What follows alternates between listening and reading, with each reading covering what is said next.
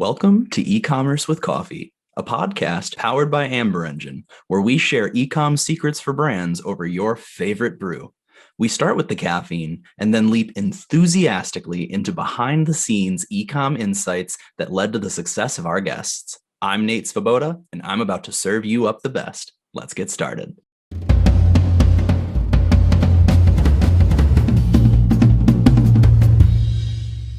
Hello and welcome to E-commerce with Coffee. Today, I have the pleasure of speaking with Chad Rubin. He's the founder and CEO of Profasee, which you actually recently brought out of stealth mode, so really excited to talk about that, as well as being the founder and board member of Think Crucial, your real starting point, it seems like. You also co-founded and was CEO of Skubana before you were acquired and exited in late 2021. So we're really going to be talking today about the challenge of not only getting a startup going, but then how to actually think about scaling sustainably. So Chad, welcome to the show. Thanks for having me. Grateful to be here. Yeah. No, I'm really excited for the conversation today, but before we dive into it, you're a busy guy. I imagine caffeine must play some role in your life. Is that a fair assumption? Yeah, I always say there's people that know coffee and there's people that don't know coffee. There's only two types of people. So which are you? I know coffee. I'm like really into coffee. I love that. I figured that would be the answer. But so tell me, walk me through, what is the number one go-to coffee drink in the morning that Chad has? I love a cold brew Mm-hmm. that I make and I infuse it with mint fresh from my garden, and I call it kryptonite. It's pretty bomb. If I don't have time to make cold brew, I do like a nitro cold brew. I've been experimenting a little bit with, I think it's called Cometeer.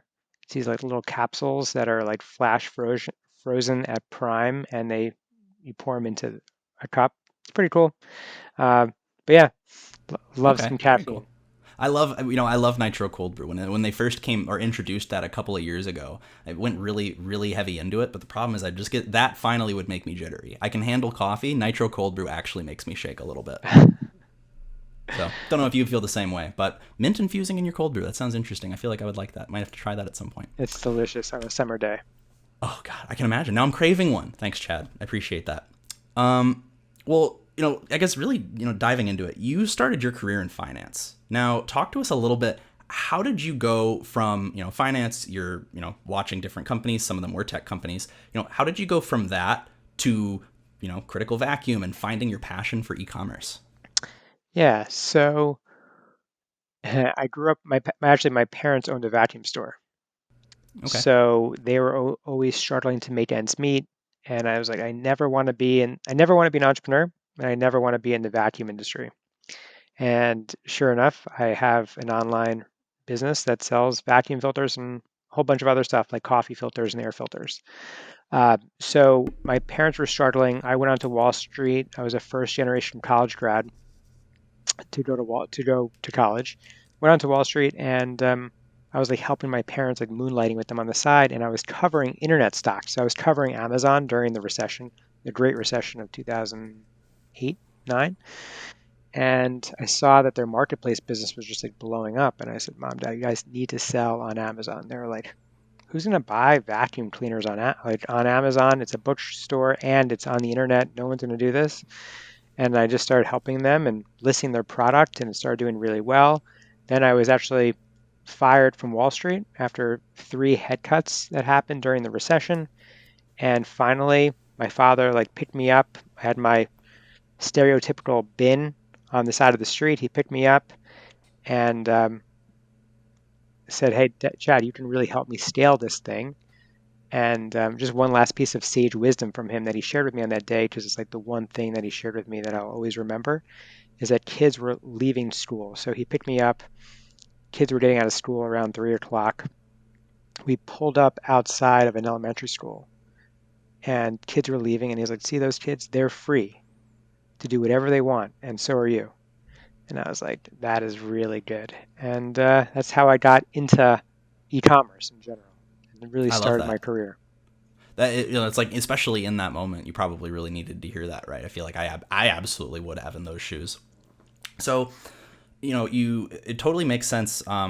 you saw a lot of success, obviously, with Critical Vacuum because now that's become Think Crucial, right? And that's still going. Can you talk a little bit about the evolution that you had with that Yeah. project before we dive into some of the other ones? Yeah. So it was Crucial Vacuum, and then we moved into Think Crucial. Right, pardon me. And Crucial Vacuum, hmm, I would say like a mistake that happened was I created something around just one subject matter, right? One category, which is vacuums.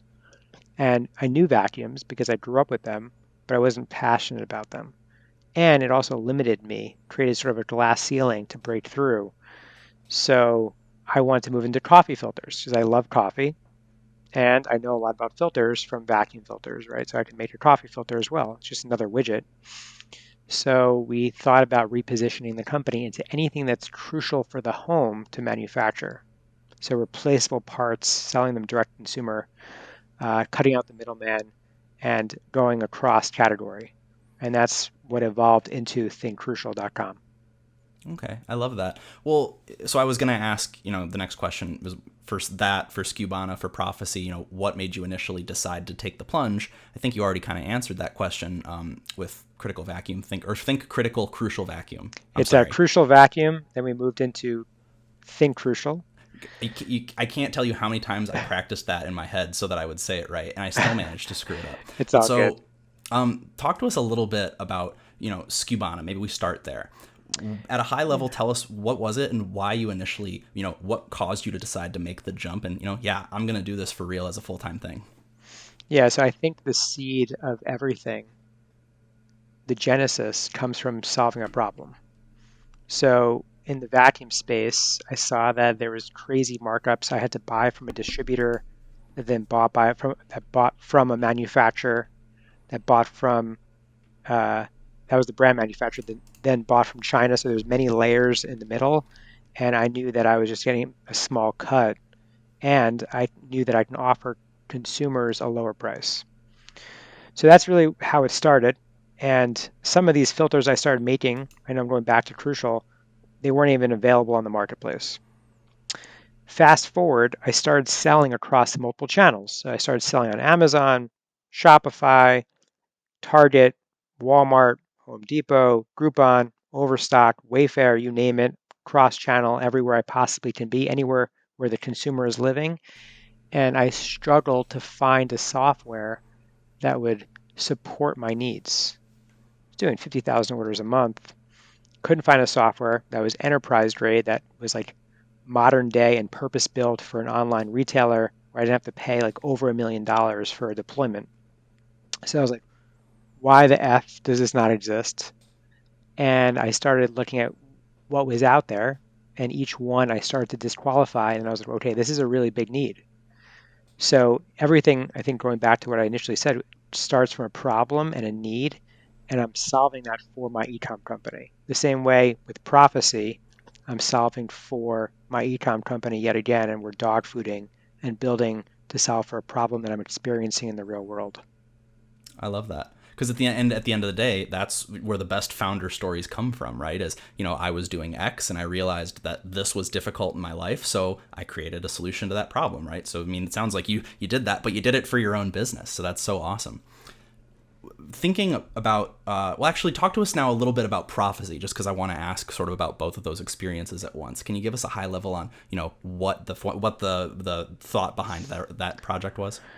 Yeah. So, and I think just to answer your previous questions, I don't think I fully answered it, but Skubana is an order management, inventory management software for brands online, specifically multi-channel brands.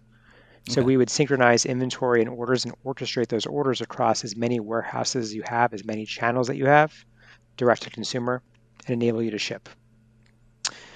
So it solved the problem, right? And it solved the problem, and I think it did it in a very thoughtful way. And so then, as I took time away from that business, I did a lot of like personal development. I became the CEO of myself for a short period of time, stared at a tree, and I started actually helping my ecom company again and started seeing problems in the business. So in the e-commerce world right now, as you're very well aware, there's rising costs of raw material goods. There's rising costs of bringing in containers. Uh, there's rising costs of your cost per click for advertising. And now that they've even got rid of like attribution on Facebook, like it's just gotten so much harder. So everyone's having a hard time right now. And everyone's adjusting their ad spend and everyone's trying to maybe cut costs, and nobody is actually solving for price. And how do you know that you're priced optimally? So this is a question I started asking myself. I have 550 SKUs. I have 1,000 listings in general of kits and bundles that are on Amazon and off Amazon. How do I know that I'm not leaving money on the table? And especially since a human is pricing these products, shouldn't pricing be very similar to how we price maybe Uber surge pricing or Airbnb smart pricing, or even Expedia? When you book a flight on Expedia, that flight price is dynamic. If you book on Thursday, it's different from Friday, different from Monday. And so on Amazon, where Amazon is changing price, I think it's 2.5 million times a day, the last I looked. Why don't Amazon brands have the opportunity to change price as well and do it dynamically to maximize profit without sacrificing their ranking on Amazon? So, and this is just for my edification. Sometimes when I'm talking to brands that sell on Amazon, they'll complain that, oh, Amazon's not accepting our price increase or whatever. Maybe that's the model that they have in collaborating with Amazon, but can you talk to me a little bit about how this would help those brands? Or maybe those aren't the ones you would No, cater to. no. So we cater to actually Amazon brands. So a few things to note. Amazon hates it when you're priced differently. When I say differently, meaning you're priced lower on Target, Walmart, any other big box retailer than you are on Amazon. So one of the things that we've smartly built into our software is suppression monitoring. So we monitor if Amazon does suppress a listing and bring it back and reset back to the current price. But for our cohort that we're working with right now, because we're just out of stealth, we're just emerging from stealth now, we're really working for Amazon brands that are exclusively on Amazon or have a little bit of exposure on other channels. So one of our brands that we're working with, they're 90% Amazon, 10% Shopify. And we give them an export of their pricing and they upload it onto Shopify on a daily basis. That's just an example until we actually start pushing to other channels and updating other channels the same way we were updating inventory and orders on Skubana, but this time we're doing it on price. Yeah. Okay. Well, no. So now thinking about those experiences, sort of, in amalgamation, what is a lesson or experience or customer that's really stuck with you the most? And it doesn't matter which company it was from, whichever one sticks out the most. A customer experience, just any experience? Yeah, I was thinking, about your entrepreneurial journey, right? If there's a lesson that you really took away and that stuck with you, kind of like what you'd said that your father said when you Yeah. initially stopped outside the school or what have you. So, okay, I mean, look, I've slugged it out at Skubana for 7 years. We had the highest of highs and we had the lowest of lows at that company. And I think any entrepreneur has high highs and low lows, right? And uh, there's a lot of these mistakes and a lot of regret that can linger. I would say for Profasee specifically, I built a framework of things I don't want to repeat again, right? A rule framework for what I want in my next business. So I think maybe this could be helpful for people listening. So so one of them would be that I wanted to be in the revenue stream, right? That was very important to me when I was thinking about my next gig. So what does that mean, revenue stream, right? So Skubana is an operational platform. So it's everything on the back end. It is back end logistics. It's hard to actually show ROI. Typically, customers would come to us when they have a pain, and we're like the physician where we solve for that pain. But I don't just do outbound outreach to people and be like, hey, here's a new operations platform. It didn't really operate that way. That's not how we grew our customer base, but it also was very limiting. So I was like, okay, I need to be in the revenue stream. I need to essentially have a product that maximizes ROI, profit, and revenue, which is the essence of what Profasee does. Okay. No, so I guess what would be thinking about, you talked about every entrepreneur has high highs and low lows, right? Obviously Mm. not something that would probably surprise anybody, but you seem like you're a very grounded person. Walk me through a really bad day that Chad has had. How did you get through it? How did you talk? How did you coach yourself, talk yourself? What did you do to, maybe get your mind out of the thunderclouds? Yeah, so I probably didn't give it a good example of like this is something I was trying to solve for, like a framework of picking a market. And I think there was a mistake, right, to pick the wrong market. But if you're actually thinking about like when shit hits the fan, right, Yeah. and you hurt people unintentionally along the way, um, like Skubana, we had a very rough 2019, and we weren't performing at our best as a company. We raised money, and we could have been more effective with that capital. So, so we essentially had a headcount reduction in 2019, and it was a very, very difficult day for me, my business partner, for our staff, and so it was really, really, really, really difficult. Uh, So yeah. talk to me for the other entrepreneurs that are listening, right? Like how does someone in a healthful way get themselves through that, right? I mean, obviously, it's always going to get worse, right? It's just another day. You just got to get through the day. But like, talk to us. How did you navigate that? So a few things. One is overly communicating to employees, especially the ones that we were keeping, right? The people we really needed to have intact at the company. Uh, Having a good inner circle. So the people around you become your floor, not the ceiling, and lift you up, inspire you, help you think critically and thoughtfully about the decisions that you're making. Uh, you know, that trite example of like, the 5 people that you surround yourself with is actually very true.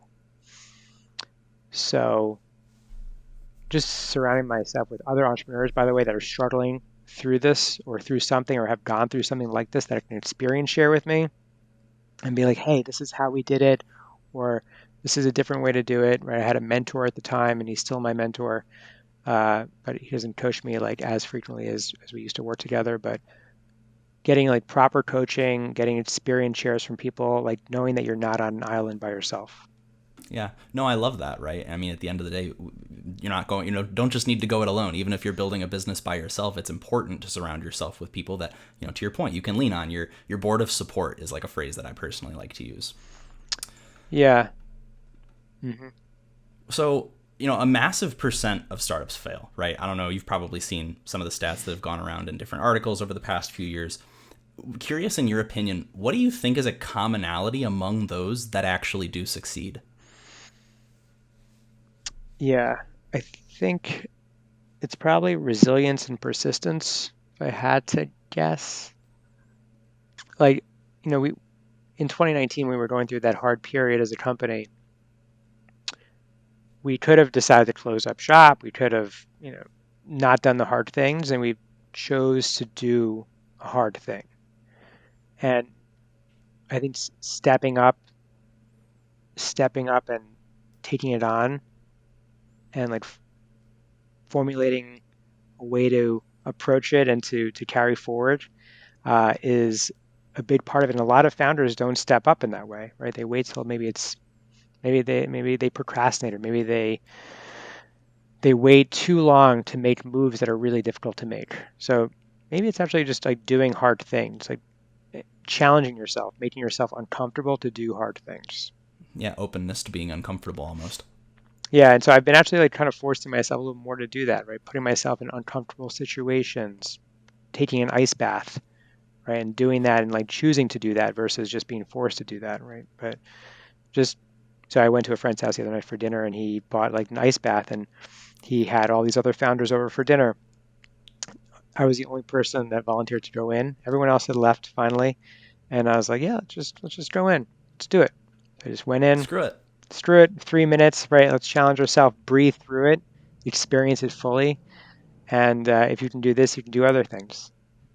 My gosh, I'm sitting here trying to imagine if I'd be able to make it through the 3 minutes. And I feel, I mean, mind over matter, right? I feel like, could I could, but it would probably be very difficult. It's Was it difficult. difficult for you, or once you got into the breathing rhythm of it, were you fine? Like, what was your No, experience? it's hard, right? But I think that's part of it. Is I think that Sitting in a what tub I'm of ice is sharing, hard. it is hard. It's very difficult. I mean, it's like mind. You have to really be like mindful of it. You can quit at any moment, right? You just have to like stick through it, and it's uncomfortable. And people hate being uncomfortable. But yeah, so I think that's just like one piece of advice is like making yourself uncomfortable and sticking through it and being resilient and Yeah. persistent through it. No, I love that. And, I think we've sort of been talking about some of the challenges and, some of the stories that you've been giving, but thinking a little more specifically when it comes to scaling a business, right? There's so many things you have to think about. You have to think about hiring, whether you want to acquire funding, what market you're going after, I mean, the list is endless basically. What are some of the challenges that you think entrepreneurs really need to be thinking of or aware of when it comes to scaling up their business? Yeah. Uh, okay. So, so if they've raised money, I think it's a little bit different. If you have investors, it's a little bit different. But at least right now, I have investors. One of the things that I think about is going, well, I just actually made it today. Today is a pretty big milestone. We went from pre-revenue to revenue, which is pretty damn cool. Congrats. So it's a pretty big historic moment for the company. Uh, I think about f finding talent often and trying to find that talent as quick as possible and like what kind understanding what talent I'm looking for and how I'm building the company. Uh, and then also wearing a hat and passing it off as quick as I possibly can. Like wearing the hat, creating process around it, and then once it starts to get really hot, passing it to finding somebody to pass that to. Yeah. And I love that you said that because the next two things I'm going to ask you about are about those exact two things: hiring and how you find the abilities to automate and to delegate. Well, so thinking about that talent piece, because I think that'll resonate with every business owner, right? The talent market is extremely competitive right now. It's very hot. An entrepreneur, they need to think about whether they need executors. They also do need strategists to a point, and it Mm-hmm. depends on what stage your business is at. How do you recommend an entrepreneur thinks about that balance, right? Whether they need somebody who's going to be really in the weeds executing versus helping build up and develop those strategies. I guess just any general thoughts that So you my have around general that. thoughts are is that it was a lot easier pre-COVID to find somebody that has T-shaped skills. So cross-functional people that can do, think about the skills you would need, the skill set you need for marketing, sales, partnerships, uh, newsletter writing, content writing, social media. It's pretty broad, right? Usually you have like someone that goes spearfishing director of marketing or director of sales or director of partnerships. And in a startup, uh, depending on what size you are, but like if you're at the early stages of a startup, you don't have those things. And so finding somebody that has T-shaped skills is awesome, or finding what I call to be HIPPLs, high potential entry level employees. And those employees that you find are very difficult to cultivate if you're not in person with them all the time, like raw talent. And so in my previous companies, I found raw talent to cultivate that were people that were just hungry that want to just like nail it out of the gate. Um, and it's harder for me being remote now. So we're a fully remote company. I'm finding that to be, I'm just sharing with you like a little challenge is like that's been a challenge for me. So I've like pivoted my strategy a bit into like I'm overseeing all those things right now, sales, marketing, partnerships. And instead of hiring for that massive role and that unicorn that can go a mile wide and a mile deep, I'm just hiring for roles now, and I'm doing it on a contractual remote basis. So like, Yeah. give me the best darn newsletter writer, awesome. Give me the best blogger, great. Give me um, someone who can write an ebook, even better. Somebody who's going to go out and find backlinks for us, magnificent. Yeah. So that's been my focus right now. No, I love that. And I think that's so important, right? Because, you can have somebody who's a little bit good at everything, but you probably, depending on how fast you want to move, you want that person in that role who's an absolute killer and has that specific skill set. And this ties into it a little bit. It sounds like you've worked a lot on your ability to take off the hat and pass it to somebody and delegate. But there's a lot of entrepreneurs who aren't as good at that, right? I don't know about you, a lot of the founders I speak to are extremely hands-on in their business, even to the point where they probably shouldn't be as much anymore, right? So That's probably talk to me. me well, fair, but it sounds like you've at least thought about it and you recognize that it maybe needs to change to a point. How would you communicate to an entrepreneur to convince them that, they need to be willing to pass that torch, or how do Yeah. they think about when that time comes? So I think there's two things that I think about often. One is what what lights you up? What's a hell yes and what's a hell no? Like what's like drawing on your energy? What's depleting you? And that becomes your hell no, right? You have your bucket list and you have your effort list. And so that's one way to really divide and conquer. Another way that's interesting, because like I love a lot of go-to-market stuff, right? I can do sales, partnerships, marketing all day long.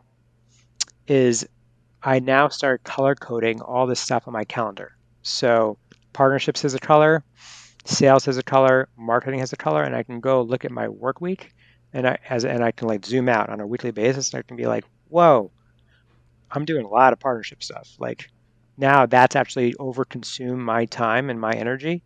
And now is the time I can start looking for somebody else.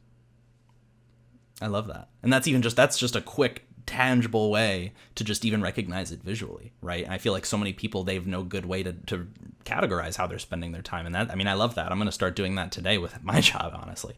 Um, Now, thinking about, automation, right? There are things that you can hire somebody to do. Like, obviously, if you want to hire someone who's going to handle the operations side, they can do the logistics and the warehousing and all that. You may not want to automate all of that. What are some things that either you've found that it's beneficial to automate in your business, or that you've just, heard from conversations with other entrepreneurs? What are things that you really should take out of the human hands? Yeah. Well, what are things that automation can do better than you? That's probably what I would think about. So let's just say we're driving a Tesla and we're taking a road trip to Tallahassee, Florida, which is something I just recently did. Well, you're on the road and the Tesla can probably do some things darn better than you can do yourself, right? So perhaps the Tesla can go on autopilot better, can detect, lane, like if you're on a straight, that has a self-driving piece of it, or maybe it can adjust the air conditioner for you to a more comfortable level for you and your guests in the car. Whatever that is, I think you have to think about what can you free up your time with so you don't have to do it, and B, what can technology do better than what you can do? Yeah. So, for example, with Profasee, right, we eliminate some risks of human error, right, with pricing. And we take in all these variables from Amazon, you name it, from price to inventory to reviews to sessions to conversions to BSR. We're talking about like so many external factors. The human brain can't process those quickly enough. And by the time you process those things, the marketplace has changed because it's dynamic. So, what can you be doing yourself that are high impact that just technology can't do for you? And then what can technology do for you to give you leverage in your business? Yeah. I love that. I think it's a quick, clear way to just categorize it for yourself and to start thinking, right? And I think that's what a lot of people want, is to know, what are the questions I should be asking myself? What are the frameworks that I should be thinking in Hmm. to, create these ideas to, improve my business? Now, we talked a lot about Skubana already, right? It's a backend system. It helps with inventory and order management. So very, very helpful to a specific type of business. And I'm not necessarily looking for specific names, although you're welcome to share them. What are some different tools or softwares or solutions that entrepreneurs and brand owners should really just be aware of, even if they don't need it today? Just they should be aware it exists. Hmm. Um, okay. So some stuff that I've been working with lately. Uh, at Skubana, we use a lot of like what I would say first generation SaaS stuff. So Salesforce, which is super expensive and hard to administrate. HubSpot, uh, Jira. So I've started really thinking about like what are like modern tech stacks that are more agile and nimble, that are like quick and not as bloated. I'm not saying that those softwares are bad, by the way. I'm just saying that I'm trying to move into a different realm of my stack for Profasee and building out Profasee. So I've started using Notion as our wiki internally. I think that's a really powerful tool. Uh, it has a great hierarchy. It's fast. It's easy to deal with. We started using Linear for managing the development team and managing tickets. So those are two. I've been using a lot more Loom lately for like screenshots. That's in beta with them, but also their video recordings. I can just like do a video recording and either send it to somebody or also hand it off to a virtual assistant that I have on my team to like get something done and to just be very clear about getting it done. So I don't have to like repeat myself and we can do it asynchronously. That's like those are good. I'm trying to think if there's like anything else I've been like really using often that I appreciate. I think Notion, Loom, Google Keep I've been using. Not a lot of people have heard of this before, but it's sort of like a Yeah. quick to-do list, like a board where I can just like store things very quickly.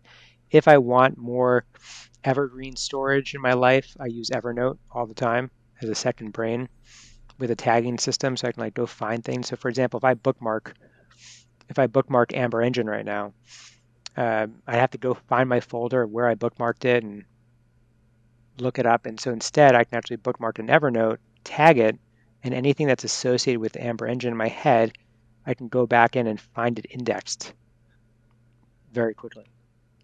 I'd never heard about that. I use OneNote personally, so I'm curious if I'll have to figure out if there's anything similar, because if not, I may need to start using Evernote more. But I think that all those things you hit on are so important, right? Because at the end of the day, what do? They allow you to more easily collaborate with the people on your team, right? So I feel like, people talk about ERP systems and CRMs and all these other things, but at the end of the day, don't get caught up in the buzzword. Just figure out what would meaningfully improve your ability and your team's ability to get their jobs done, is what I'm hearing from you.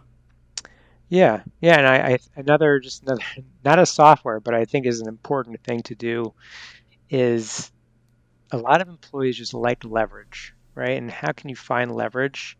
I think companies want leverage in general. And one way to get leverage is to really give your staff virtual assistants. So a virtual assistant, it doesn't have to necessarily be in the Philippines, but somebody to help them get their job done and do it quicker to accelerate the pace of it. So I think that's a really good hack, right? So some companies give out organic food or water to their employees or snack time. And I think letting people get stuff done, and especially helping them get the stuff done that they want to get done so they can have somebody else maybe doing some of the lower level stuff to give them Yeah. leverage to maximize ROI and make a massive impact to the company is important. I love that. I love that.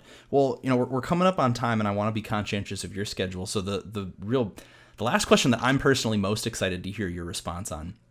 I know this question's usually thought of as kind of cliche, but really want you to think about it. If you could go back in time and you could give Chad one piece of advice just as you're starting building your first business, what would that advice be? And that advice would be hmm, it's hard to come up with one specific thing, but I think one piece of information I'd share with younger Chad building a business would be to play to win versus not playing to lose. So Okay. I think a lot of my early success, I had this mentality of scarcity.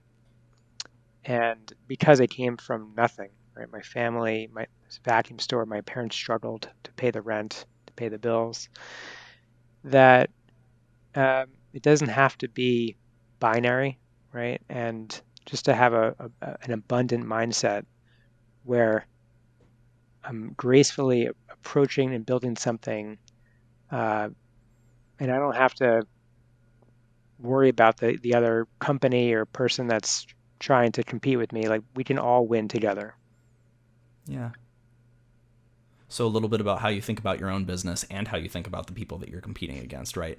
It kind of reminds me almost of what, I don't know if you heard, years and years and years ago, right? Steve Jobs, his whole thing was, we're not competing against anybody else. We're competing against ourselves, right? We're just Yep. trying to improve what we have by listening to our customers. We don't care what Microsoft is doing. We don't care what Dell is doing. We just care what we're doing. Yeah, I think it's just me versus me, right? Yeah. And instead of always like looking over my shoulder and being like, oh, like I'm going to lose unless I do this, this, and this, I'm going to lose it all, right? That's a fear mindset. And I think even just going back to myself and be like, Chad, it's going to be okay. It's going to Yeah. be okay. Like you can take 3 hours out of your day and just relax. I love Or, that. you can gracefully build something purposefully that's in line with your mission and like no one's going to come and take it away from you. Yeah.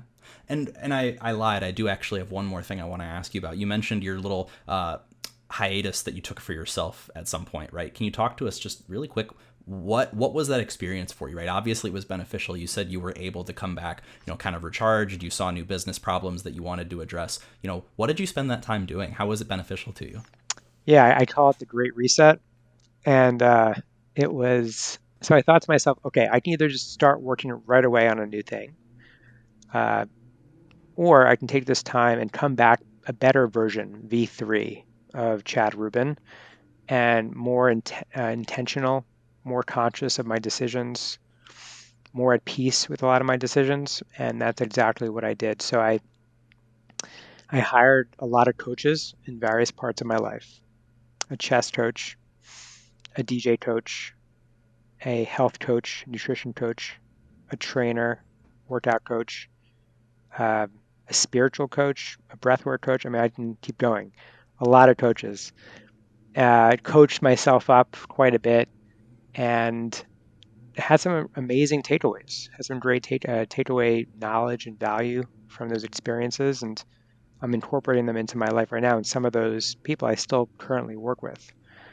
So that time was just really being the CEO of Chad Rubin instead of like managing other people, right? And nurturing and harvesting relationships, whether it's investors, stakeholders, employees, customers. There was not a lot of Chad in that mix. And like I was able to be like, nope, I'm not going to do any of that, right? Let's just focus on Chad right now. And it was like really beautiful time. Man, well, I mean, it sounds like that was nothing but a positive experience, right? And it's fortunate that you were able to do that. And I envy your ability to step outside the comfort zone and hire all those, the coaches or the trainers, for especially things like DJ and breath work and all that, right? Things some people may not ever think to engage with a coach on, but if it's meaningful to you and you're passionate about it, right? Very few things grow in the comfort zone, right? So I think it's important that we're all willing to take that step. Cool. Awesome. Yeah, amazing. Well, Chad, where can our listeners get in touch with you if anything we talked about, resonated, they're interested in Profasee, or they want to pick your brain? Yeah, so Profasee, PROFASEE.com. You can hit me up at chad@profasee.com. I'm on Instagram. It's Chad Rubin. It's Chad Rubin is my handle. Yeah, reach out. I'm pretty open. I'm on LinkedIn also as well. Awesome. Well, really, really appreciate you sharing your time with us on this conversation and look forward to having you back on the show in the future. Thanks for having me. That's it for this episode of E-Commerce with Coffee, powered by Amber Engine. If you haven't gotten your fix yet, be sure to get more e-commerce brand secrets on our website at amberengine.com. And don't forget to subscribe for more episodes.